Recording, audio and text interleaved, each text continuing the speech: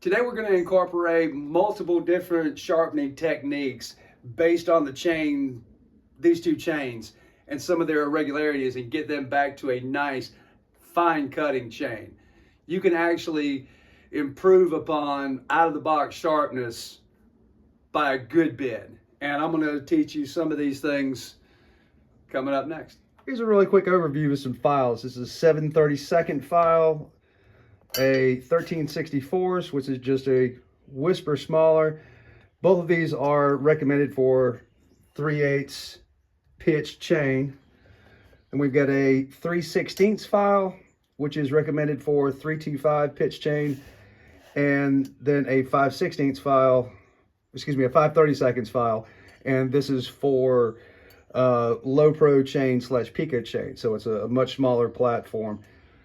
Because these teeth are relatively at the end of their life, and if you'll notice this crude picture of a chainsaw tooth, you'll notice how it comes down so that the tooth itself is actually getting shorter.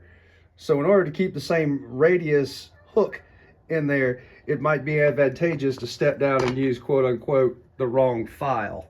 So I'll show you one with a standard file and show you what the tooth looks like. And then we'll do one with a smaller file and see if we can't make that a bona fide good cutting tooth. All right, here's your 7/32 file, and you'll notice how much of the file is sticking up above the tooth. If we step down to a 13/64, there's a little bit less above the tooth. And if we step all the way down to a 3/16 file made for the next size chain down, that's what that looks like. But just to show you, and we'll go from, I'll skip the middle one, but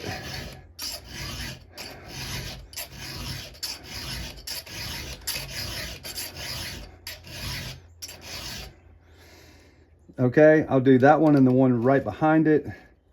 We'll actually come in with the 3/16 file.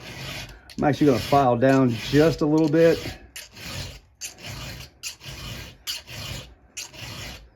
See how that tooth's moving around a little bit? I think I'm going to tighten the chain up just a little bit. And let's take a look at what those two profiles look like up close.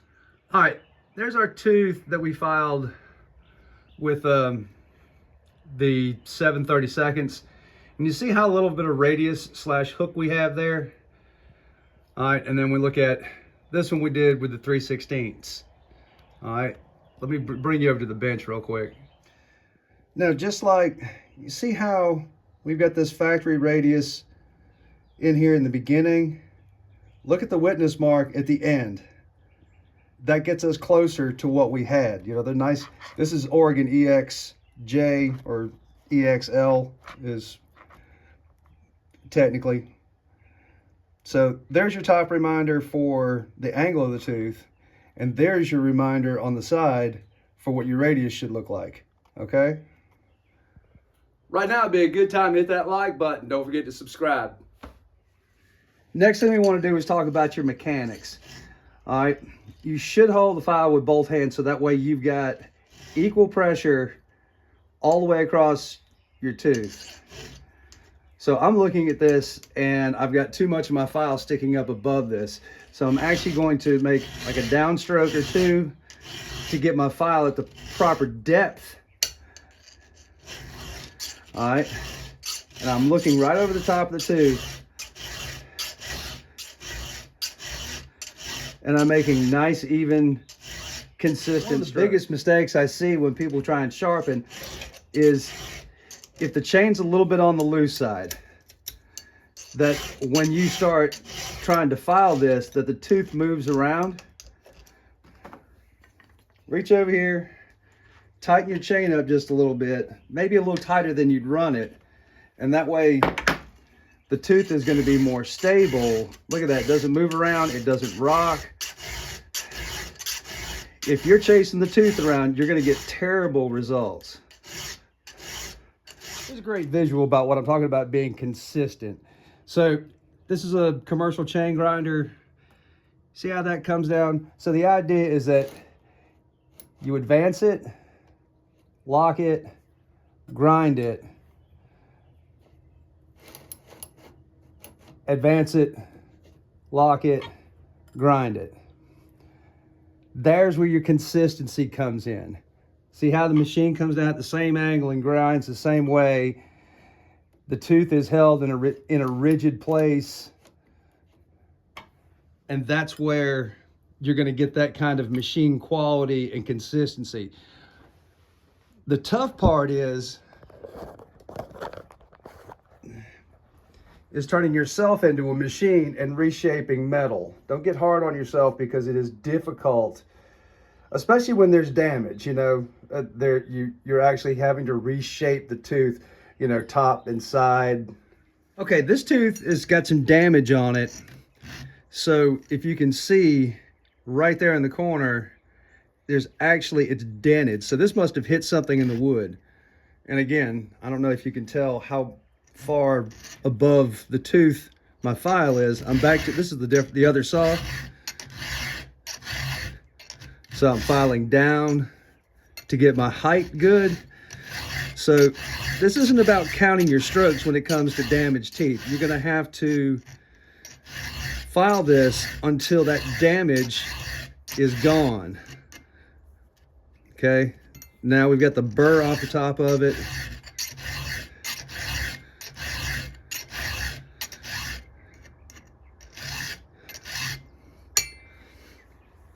If you don't get the damage back off, here, I'll show you.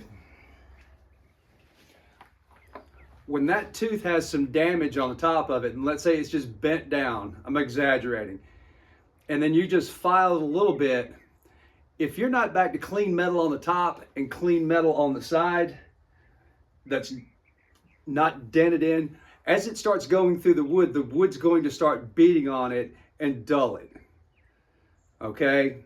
So, you know, it may seem sharp for a cut or two, but with that defect in the tooth, you need that clean metal on the top and on the side to be able to cut like it was new again and have that nice long-term sharpness, you know, if you're cutting clean wood. Old habits are hard to break.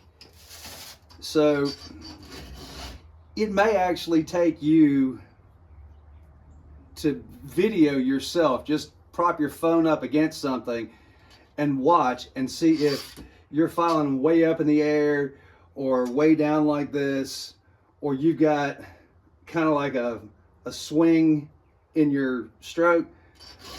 You know, the last thing you want to do once you get all your teeth done, sharpened, is to make sure using some form of a raker filing gauge. I just made a video on it earlier today. You can look at that and we go into all kinds of depth about, you know, what these do.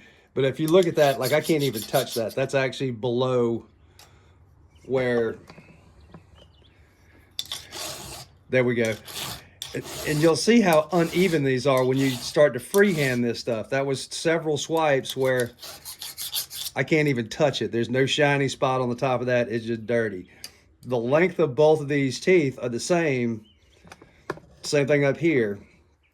But it doesn't matter if this is a brand hammer new tooth, if the gap from the top of this tooth that rides inside of this, which sets that magic height of 25 thousandths, doesn't matter if it's a brand new tooth or it doesn't matter if there's hardly any, just a nub of a tooth left. As long as that's 25 thousandths, this chain will cut perfectly good. Even if every last tooth on this chain was a different length.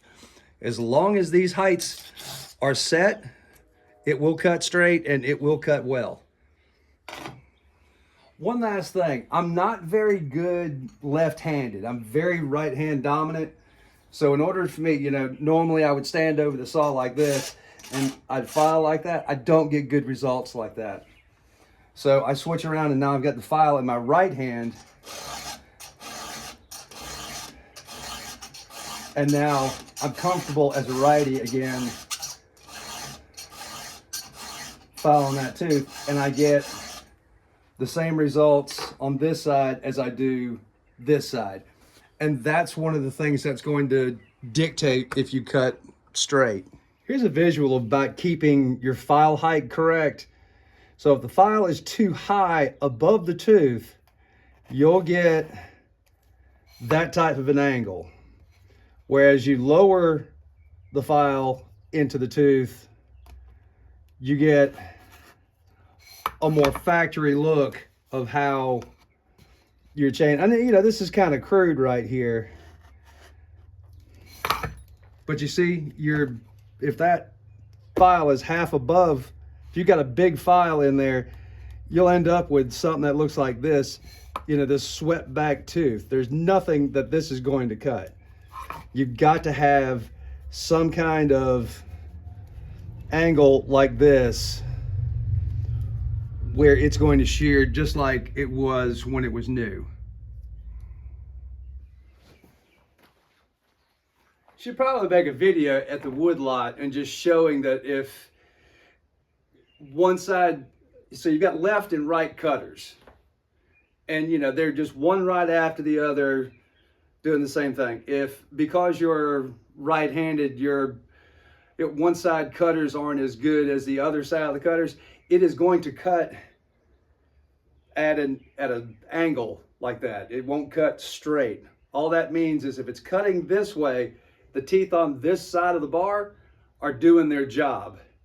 That's why it's cutting this way. So you want to go back over and cut the other side, or not cut the other side, sharpen the other side some more, or go back and look at your handiwork.